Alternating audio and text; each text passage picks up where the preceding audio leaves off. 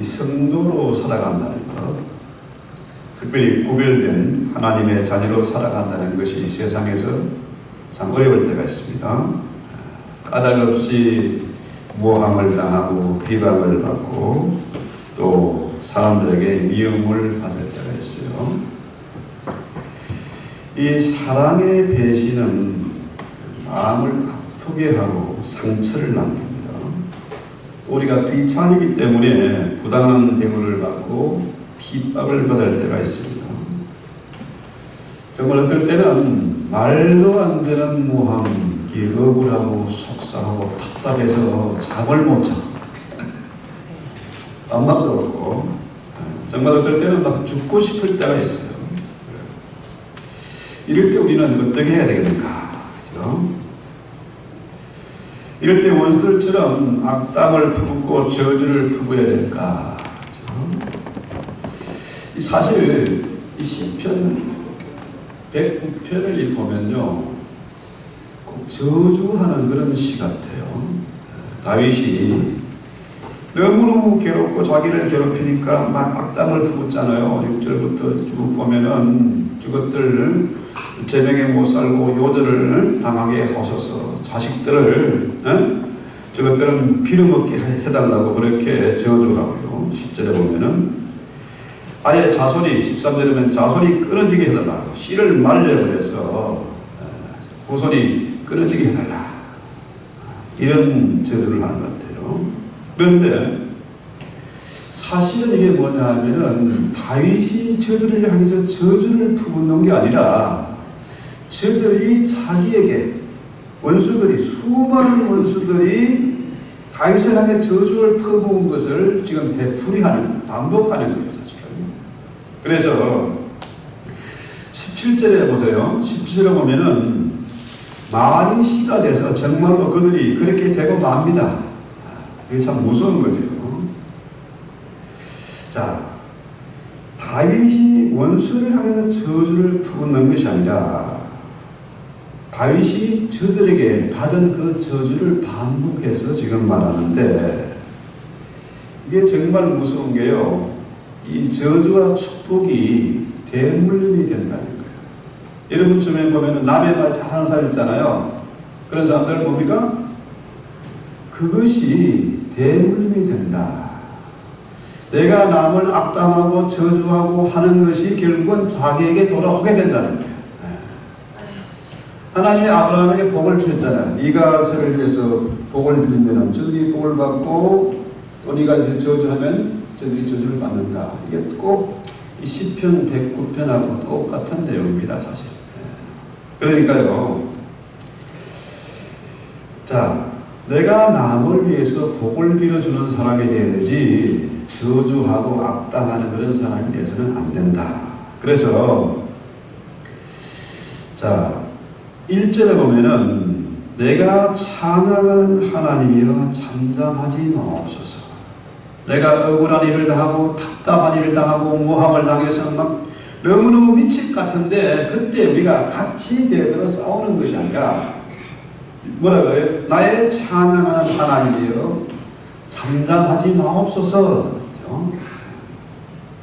지금 절박하죠. 죽을 만큼 힘들고 답답하고 억울합니다. 그렇죠? 얼마나 힘들었으면 하나님께 하소연을 하면서 기도하겠습니까? 그렇죠? 그런데 희한하게도 하나님이 기도를 안 들으시고 잠잠한 가운데 있어요.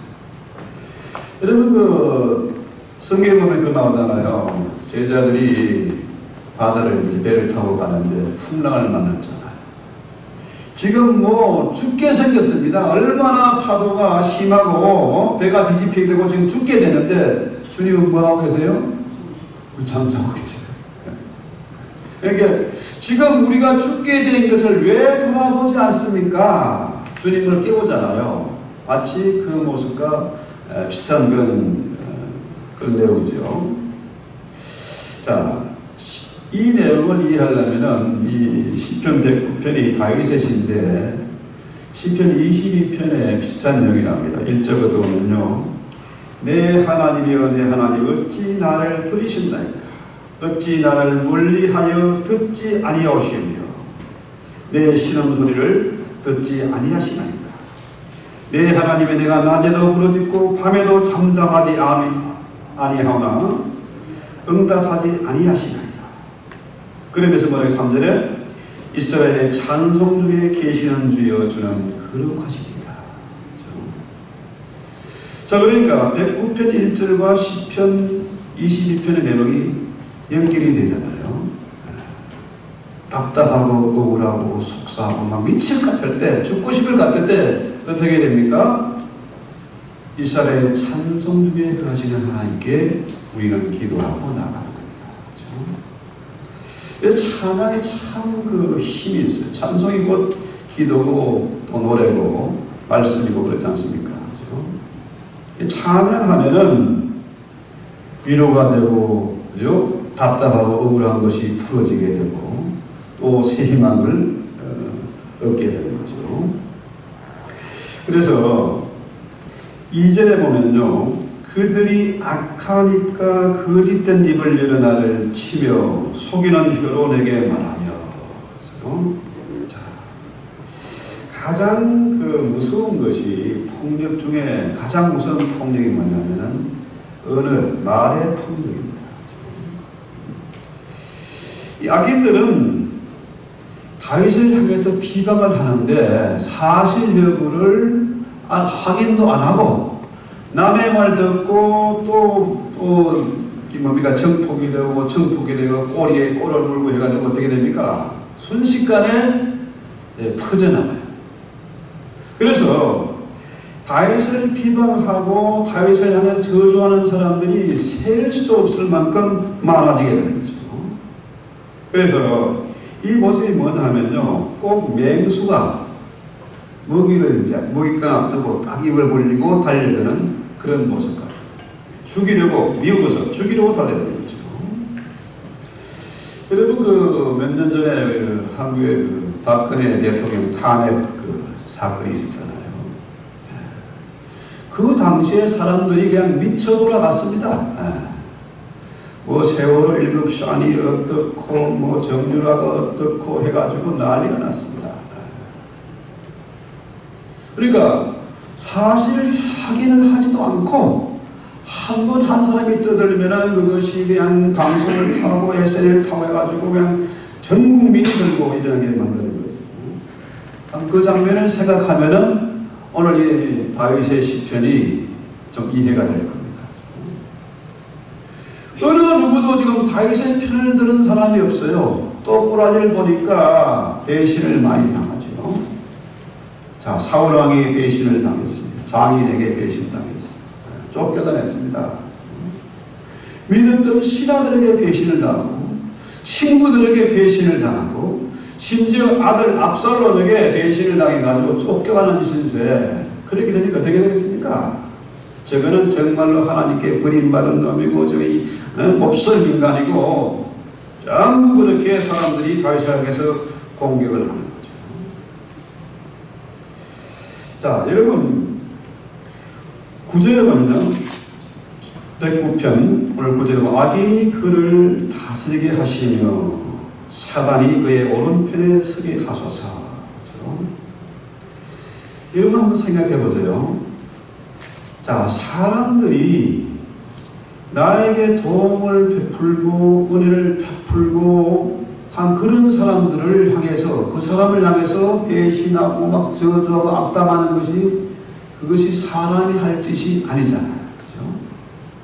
그러니까 9절 말씀 보면은 사단이 그의 오른편에 서게 하소서.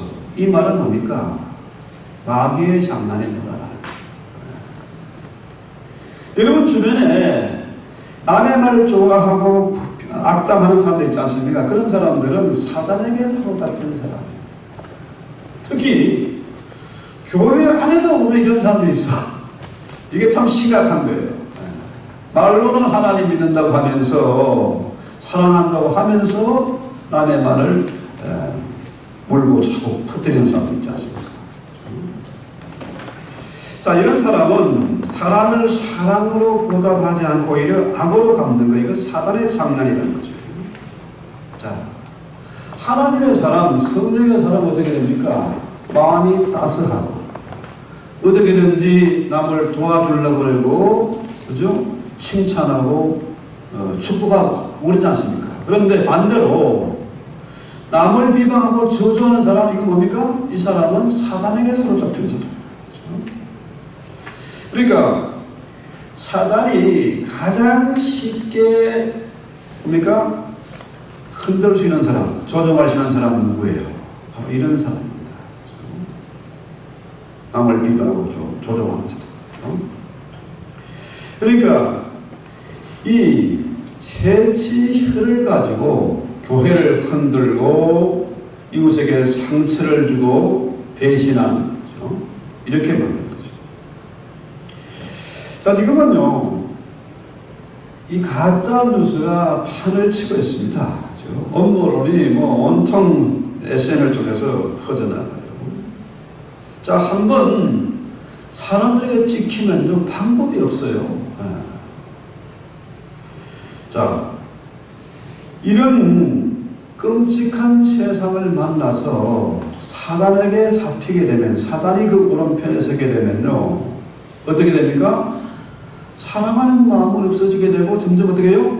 미움과 정으로 가득 차게 되는 거죠.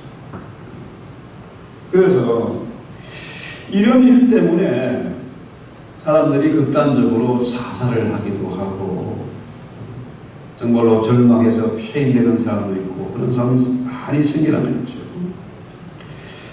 여러분, 불과 한 2년 전에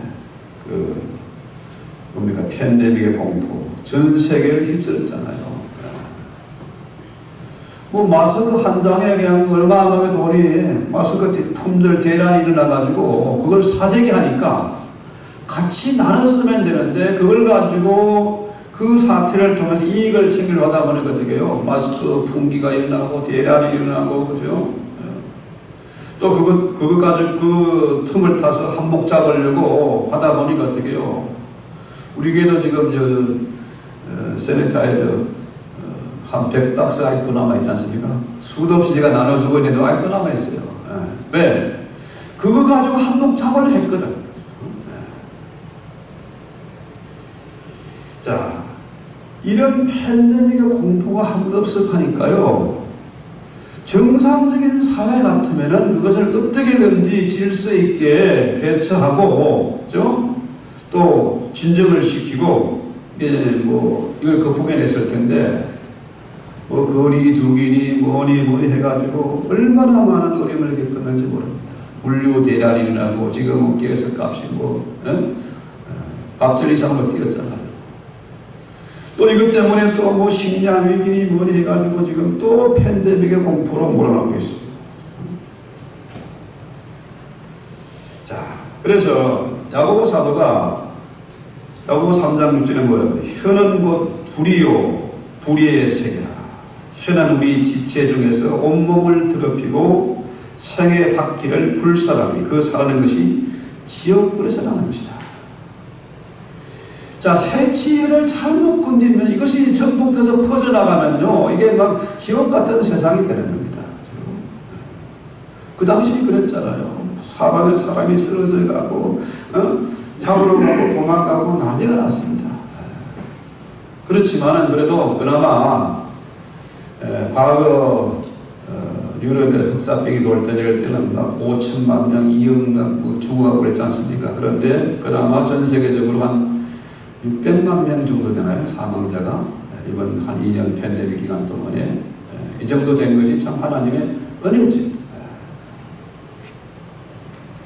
그래서 이 세치혀가 다른 사람의 인생을 망치고 교회를 망치고 결국 뭡니까? 이것이 큰 군대의 침략보다도 견디기 어려운 것이다. 그래서 이 원수들의 독설이 얼마나 지독한지 다윗이 뭐라고 해요? 3절에 보면 세 차례에 걸쳐서 다른 표현이죠. 미워하는 말, 거짓된 입, 속이는 혀 이런 것으로 나타내고 있는데요. 이 미워하는 말은 죽일 만큼 심각한 그 정오심을 가지고 하는 그런 미움이죠. 실제로 악인들이 다윗을 죽이기 위해서 온갖 거짓말을 만들어내고 또 개처럼 달려들고 있어요. 저는요, 그 개가 참 무서워요. 어릴 때부터 개를 무서워했습니다. 그런데요, 이 개들이 떼거지로 달려들 때요, 그 한번 상상을 해보세요. 무서운 거죠. 그래서 시편 22편의 20절에도 개들이 나를 에워쌌으며 악한 무리가 나를 불러 내 수족을 찔렀다. 내 생명을 칼에서 건지시며 내 유일한 것을 개의 세력에서 구하소서. 이 개들이 바로 사단의 졸개들이죠. 그래서 우리 심한 목소리면 개새끼 하는 거 있잖아요. 아주 욕설인데 이 개의 세력에서 구원해달라. 이렇게 다윗이 기도하는 겁니다. 저 역시 지금까지 살아오면 특별히 예수 믿고 또 목회의 길을 걸어오면서 수많은 배신과 상처가 이런 아픔을 겪어왔습니다.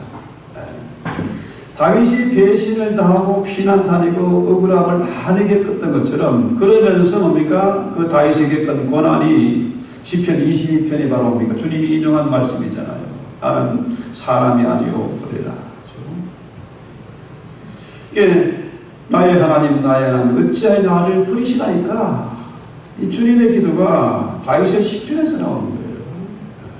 그러니까 정말로 예수 믿고 신앙생활을 하면서 이런 비방과 그 미움에 시달릴 때가 있잖아요. 배신의 아픔을 겪을 때가 있습니다. 그런데 이 다윗의 시편이 구구절절히 저와 여러분의 심정을 대변하고 있을 겁니다.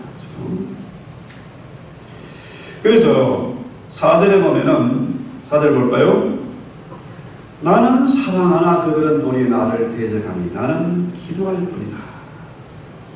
다윗이 저들에게 해코지 한 적이 없어. 오히려 은혜를 베풀고 저들을 도와주었고 서로 믿고 같이 나라를 세워왔는데 저것들이 배신함, 까닭없이 미워한다.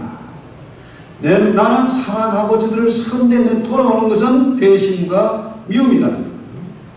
그런데 어떻게 해요? 나는 기도할 뿐이다. 여러분, 다윗이 어떤 사람입니까? 힘으로 하면은 다윗이 한가닥 하는 사람입니다. 아시잖아요? 다윗은 맨손으로 사자와 맞섰던 사람이에요. 어린 나이에도 골리앗을 무너뜨린 사람입니다. 대단한 사람이었어요. 그런데 보이지 않는 적들, 그죠? 까닭없이 떼거지로 몰려드는 저것들, 이것들을 상대할 수가 없는 거죠. 너무나 무서운 겁니다. 그런데 우리가 참 세상을 살다 보면은 말로 못할 나쁨을 겪고 별일을 다 겪게 되죠. 그런데 다윗 역시 우리가 상상도 못할 만큼 많은 어려움을 겪었고 배신의 아픔을 겪었는데 그의 해답, 결론은 뭐냐? 나는 기도할 뿐이다. 히브리 원문에는 와니 데킬라죠. 데킬라. 아니 데킬라. 나는 데킬라한다. 기도한다. 그러니까 이 말을 바꾸어 말하면은 나는 기도할 뿐이 이것이 나는 기도이다. 나는 기도하는 사람이다. I am prayer of man. 나는 기도 사람이다. 내 이름은 기도고 내 별명은 기도다. 결론은 기도다입니다. 왜? 지금 저것들이 떼거지로 몰려오는데 또 시편 69편에 오면은 이 똑같은 내용이 나옵니다. 어떤 내용이냐 볼까요? 69편 1절부터 보면은 지금 다윗이 물에 빠져서 허우적거리고 죽어 있습니다. 내 눈이 사였다. 여러분 너무 피곤하고 잠 못 자 가면요 눈이 침침해서 앞이 잘 안 보여요. 자, 완전히 지쳐있는 삶. 지금 숨도 못 쉬고 죽을 만큼 어려운 가운데 있는데 도와주는 사람은 없고 자기가 은혜를 베푼 저것들이 다윗을 죽이려고 달려드는 겁니다. 그죠? 내가 도와줬던 사람들, 믿었던 저들이 내가 위기에 처하면 도와줘야 되는데 오히려 뭡니까? 죽이려고 달려드는 거죠. 더구나 내 편이 되어야 할 내 형제, 내 자식, 내 부모, 가족마저도 다윗을 버렸어. 자, 이렇게 보면요, 살만 나겠습니까? 내 편이 없는 거예요. 나를 진정 이해하고 위로해줄 친척과 이웃들, 가족들이, 신하들이, 친구들이 냉정하게 변했습니다. 돌아서 버렸어요. 자, 그런데 심지어 압살롬이 자식놈이 아비를 죽이겠다고 달려드는데 이게 뭐 아비로서 체면이 말이잖아요. 일국의 국왕으로서 이게 뭐 품위가 다 떨어진 겁니다. 살맛이 안 나죠. 그래서 너무 괴로워서 그거 통곡하면서 금식하고 기도했더니 오히려 뭡니까?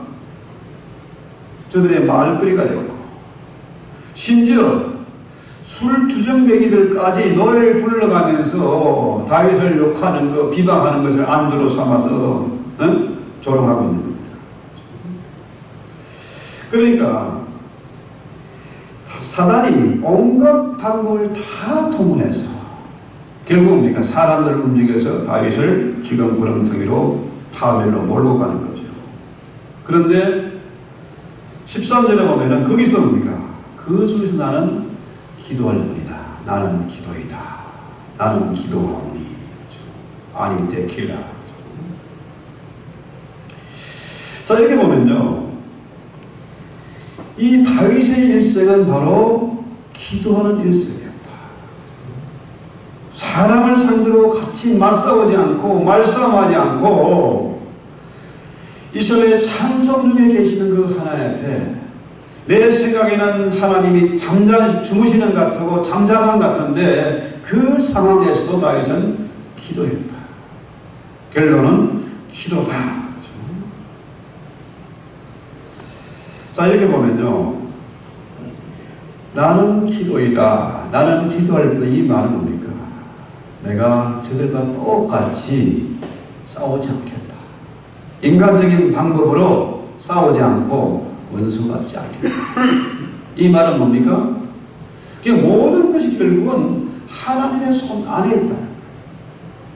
하나님이 유일한 해결책이다. 사람들을 움직이는 것이 마귀가 움직이는 것 같지만 사실은 하나님이 하시는 일이다. 그래서 원수 갚는 것이 나에게 있는 것이 아니고 하나님의 손 안에 있다.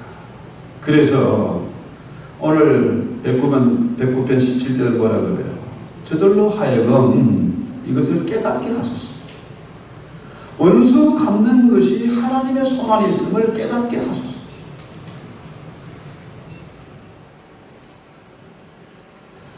자, 다윗은 이렇게 숨막히는 상황, 어디에도 위로가 없고 도움이 없는 그 상황에서도 기도하는 것을 그의 삶으로 삼았고 그의 삶이 기도고 기도가 그의 삶이었다. 이 말은 바꾸고 말하면 뭡니까? 모든 것을 하나님께 맡겼다. 이 얘기죠. 그래서 오랫동안 우리가 기도해야 하는데 여러분 아시잖아요. 다윗은 기도의 사람이었습니다. 그런데 하나님이 안 계신 것 같아. 잠잠해 계시는 것 같아. 기도에도 응답이 없는 것 같아. 그런데 여러분 기도에도 응답이 없습니까? 그럼 응답 없는 그 자체가 응답이다. 어디를 둘러봐도 소망이 없고 위로가 없고 도움이 없는데 내 힘으로 도저히 감당이 안 되는데 그럼 어떻게 됩니까? 기도할 수밖에 없습니다. 그러면 지금 이 상황, 기도할 수밖에 없는 이 상황으로 만든 것이 하나님이시다. 그래서 다윗은 사람 만나서 변명하고 따지고 싸우고 하지 않고 하나님께 맡겼다. 나는 기도이다. 나의 삶은 기도고 내 이름은 기도고 내 별명은 기도다. 하나님께서 아실 것이다. 하나님이 내 편 되신다. 자, 저 원수들은 사단이 저들을 우편에 있는거라. 사단과 함께하는 자들이라. 그러나 나는 하나님 우편에 있다. 하나님이 내 편이시다. 하나님이 나와 함께 하신다. 그래서 사람 붙잡고 이구하고 사람에게 하소연하고 도움을 청하는 것보다 이스라엘 찬송 중에 그 하시는 그 하나님께 잠잠히 기도하는 것, 이것이 오히려 가장 지혜로운 방법이에요. 이것이 치료하고 회복되는 그런 하나님의 은혜가 된다는 것이죠. 그래서 오늘 이 다윗의 말씀을 통해서 우리가 한번 기억해야 될 것은, 자, 남을 축복하고 남을 저주하는 것, 그 대물림되는 겁니다. 무서운 말이에요. 그래서 죄송합니다. 우리 교회가 복을 받고 우리 교회가 부흥하고 하는 길은 뭡니까? 여러분이 가장 잘 되는 길은 저주하는 것이 아니고 축복하는 것, 기도하는 것. 내가 복을 빌어주면은 그 사람이 복을 받는 거예요. 그래서 위기를 만나고 답답한 일을 만나고 세상에서 핍박과 조롱을 당할 때에 우리 할 일은 뭐냐? 다윗처럼 나는 기도이다. 아니 떼기다. 그래서 아예 우리는 기도로 우리의 문제 해결을 삼아야 되겠다. 내 별명은 기도고 내 삶은 기도고, 그렇죠? 기도가 나의 결론이다. 해답이다. 이런 믿음을 가지고 우리 찬송합시다. 361장 찬송하고 기도합시다.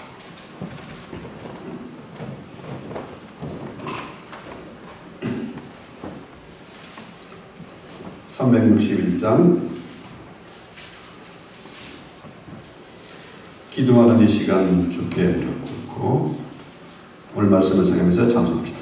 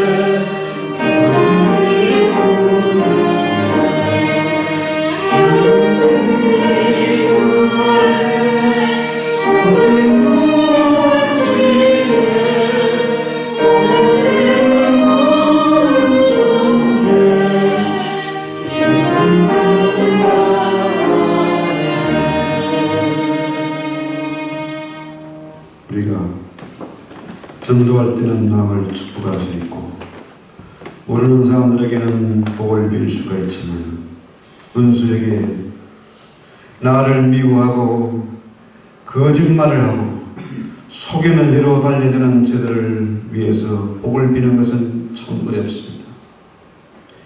전인류를 사랑하는 것은 쉬운데 형제를 사랑하고 내 이웃을 사랑하는 것이 참 어렵습니다. 이런 가운데서 우리가 오늘 말씀을 따라서 다윗처럼 기도하게 하옵소서. 남들이 나를 해코지하고 내가 은혜를 베푸는데도 배신할 때도 그때도 나는 기도이다. 나는 기도할 뿐이라는 다윗의 기도가 나의 기도가 되게 하시고 속상하고 답답할 때도 늘 잠잠히 계시는 하나님, 이 시대의 찬송 중에 거하시는 하나님께 기도하는 저희들 되게 하옵소서. 기도할 때 대적이 물러가고 기도할 때 하늘문이 열리는 그런 감격을 맛보게 하옵소서. 예수의 이름으로 기도했습니다.